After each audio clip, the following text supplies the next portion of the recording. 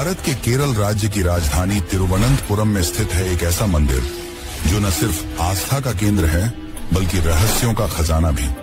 ये है श्री पद्मनाभ स्वामी मंदिर, जिसे दुनिया का सबसे अमीर मंदिर कहा जाता है। ये मंदिर भगवान विष्णु को समर्पित है और यहाँ उनकी अद्वितीय 18 फीट लंबी प्रतिमा विराजमान है, जिसमें वे अनंत शेष नाग पर शयन मुद्रा में लेटे हुए दिखाई देते हैं। इस अद्भुत रूप में उनके दाहिने हाथ से एक शिवलिंग को स्पर्श किया गया है, जबकि उनकी नाभि से एक कमल का फूल प्रकट होता है जिस पर ब्रह्मा विराजमान है। ये दृश्य अपने आप में ब्रह्मा, विष्णु और शिव तीनों देवताओं की एकता का प्रतीक। पद्मनाभ स्वामी की प्रतिमा शालिग्राम पत्थरों से बनी है, जिन्हें नेपाल की गंडकी नदी से लाया गया था। इस प्रतिमा को देखने की भी एक अनोखी विधि है। इसे 3 द्वारों से अलग अलग रूप में देखा जाता है।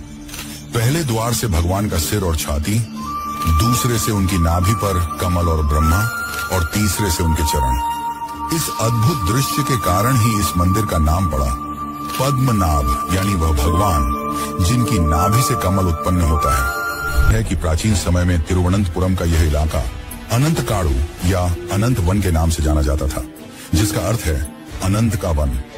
दिवाकर मुनि, जो भगवान विष्णु के अनन्य भक्त थे, उन्होंने वर्षों तक कठोर तपस्या की, सिर्फ इस इच्छा से कि उन्हें भगवान विष्णु के साक्षात दर्शन हो। एक दिन भगवान विष्णु उनके सामने एक बालक का रूप धारण करके प्रकट हुए। वह दिव्य बालक उनके साथ खेलने लगा, लेकिन उसकी हरकतें साधारण बच्चों जैसी नहीं थी। जब दिवाकर मुनि ने पूछा कि तुम कौन हो, तो बालक मुस्कुराते हुए बोला, यदि तुम मुझे पकड़ सकते हो तो मैं तुम्हारे साथ रहूंगा, वरना अदृश्य हो जाऊंगा। यह कहकर वह भाग गया और मुनि को चुनौती दी कि वह उसे अनंत वन में मिलेंगे। मुनि उस बालक के पीछे पीछे गए और अंततः एक विशाल महुआ वृक्ष के नीचे पहुंच गए। तभी अचानक वह वृक्ष जोरदार गर्जना के साथ गिर पड़ा और उसके स्थान पर भगवान विष्णु का विराट रूप प्रकट हुआ। वह दृश्य इतना अद्भुत था कि दिवाकर मुनि भाव विभोर होकर वहीं बैठ गए।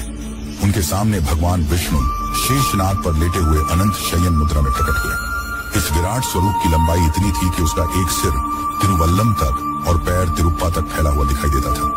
मुनि इस विराट रूप को पूरी तरह देख नहीं पाए और हाथ जोड़कर विनती करने लगे, हे प्रभु, कृपा कर अपने स्वरूप को छोटा कर दीजिए ताकि मैं आपके पूर्ण दर्शन कर सकूं। भगवान ने उनकी प्रार्थना स्वीकार की और अपने विराट स्वरूप को छोटा करके वहीं विश्राम किया। यही वही क्षण था जब दिवाकर मुनि को उनके प्रभु के दर्शन पूरे हुए।